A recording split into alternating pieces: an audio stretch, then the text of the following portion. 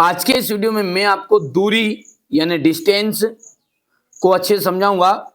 बहुत सारे बच्चे जो होते हैं ना, दूरी और विस्थापन में बहुत ही ज्यादा कंफ्यूजन होते हैं। वो पूरा अंतर रट लेते हैं दूरी और विस्थापन का, लेकिन वास्तव में दूरी क्या है, विस्थापन क्या है, ये जो इसका बेसिक फंडा है, इसको कवर नहीं कर पाते। तो आज मैं वो जो सारे डाउट है आपके, उन सभी को दूर करने वाला हूं।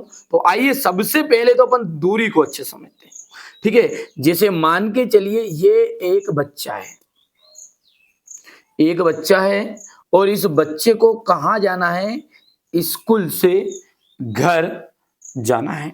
ये बच्चा है और इस लड़के को कहाँ जाना है, स्कूल से इसका घर है, ये यहाँ तक इसको जाना है। ध्यान से समझना,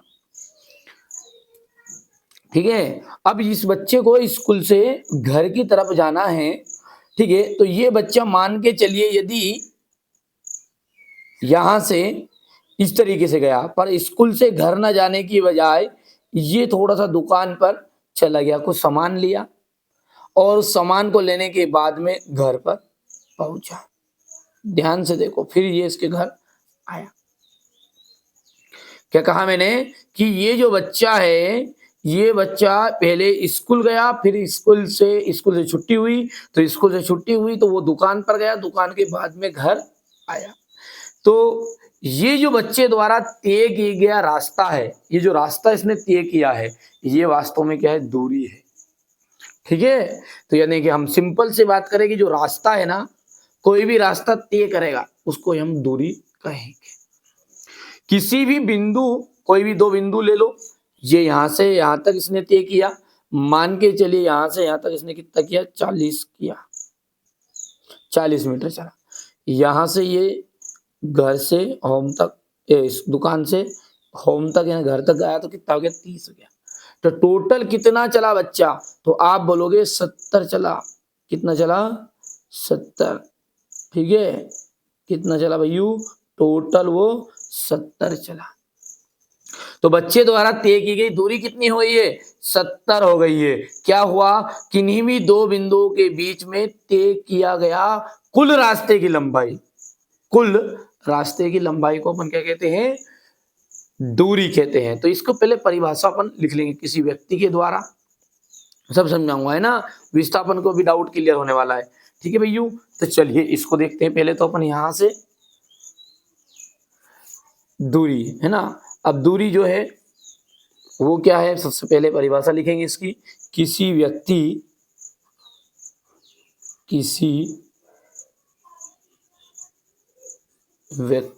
या वस्तु के द्वारा,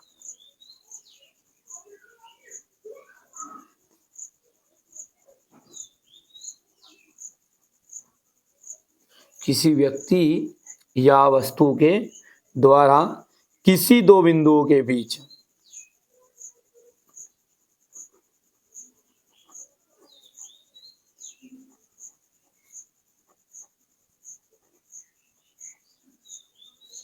किसी दो बिंदुओं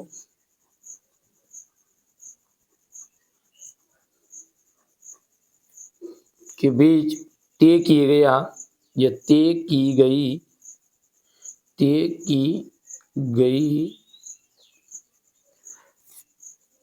कुल रास्ते की लंबाई, कुल रास्ते की लंबाई, ठीक है, कुल रास्ते की लंबाई को ही दूरी कहते हैं।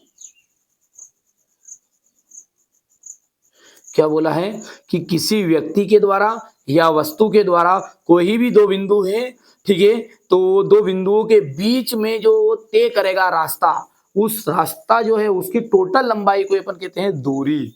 ठीक है, यदि सिंपल से यदि हम बात करें, ठीक है, रास्ते की लंबाई को हम क्या कहते हैं, लंबाई को हम कहते हैं दूरी पर, लेकिन कुल लंबाई ध्यान रखना है ना। तो अपन बोल सकते हैं किसी वस्तु के द्वारा रास्ते की कुल लंबाई को ही, यदि हम शॉर्टकट में लिखे, तो यदि हम और अच्छे से इसको शॉर्टकट में लिखना चाहे तो ऐसे लिख देना है,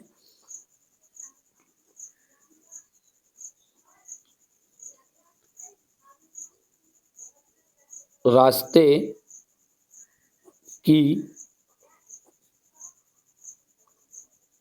कुल लंबाई को ही रास्ते की कुल लंबाई को ही दूरी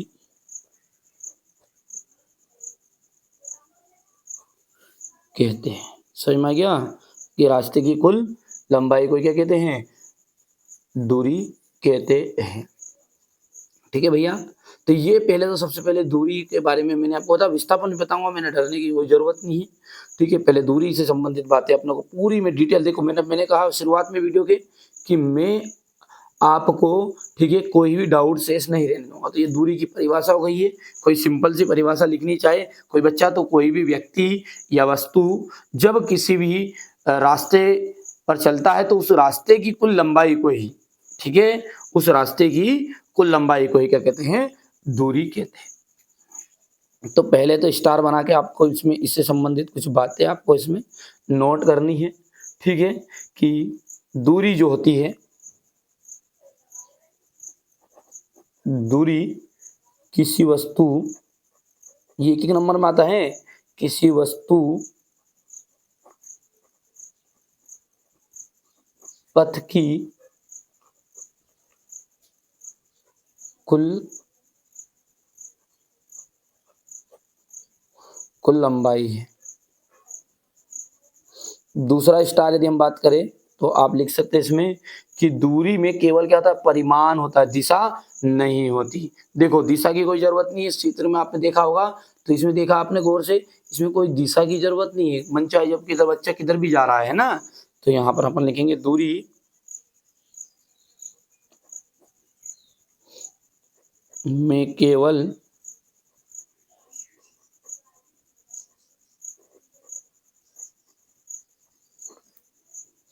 परिमाण होता है,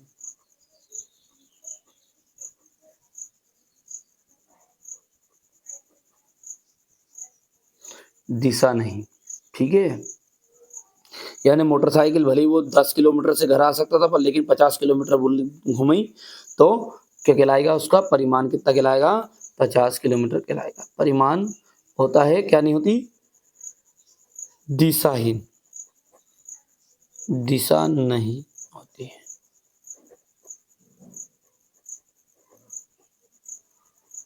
यदि और आगे की बात करें अपन, तो दूरी जो होती है ना, धनात्मक होती है। ये बिंदु ध्यान रखना है ना, एक एक नंबर वाली चीज आती है। दूरी कैसी होती है? धनात्मक होती है। ठीक है, और यहां पर आगे बात करें, दूरी तय किए गए मार्ग पर निर्भर करती है। दूरी किस पर निर्भर करती है? दूरी तय किए गए मार्ग पर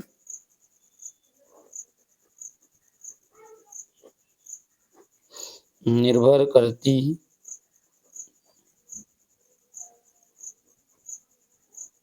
है। दूरी क्या करती है? तय किए गए मार्ग पर निर्भर करती है। ठीक है बच्चों, तो ये अपन ने दूरी के बारे में संबंधित पढ़ा। तो दूरी वास्तव में क्या है? तो यदि मैं कहूं आपको, अब यदि आपके मन में यदि विचार आ रहा हो, तो बच्चे को स्कूल से कहाँ तक आना था? घर तक आना था। और यदि बच्चा दुकान पे नहीं गया तो सीधा कहाँ से आएगा? ठीक है, तो आप देख सकते हैं कि जो बच्चा है वो यदि सीधा आता, ठीक है, बच्चा यदि सीधा आता तो वो बच्चे को यहाँ से स्कूल से सीधा यहाँ पर आ जाता। आता या नहीं आता? बोलो हाँ या ना। ठीक है, उसे बचत होती कि नहीं होती? तो ये बताओ, रास्ते की कम से कम लंबाई है कि नहीं है?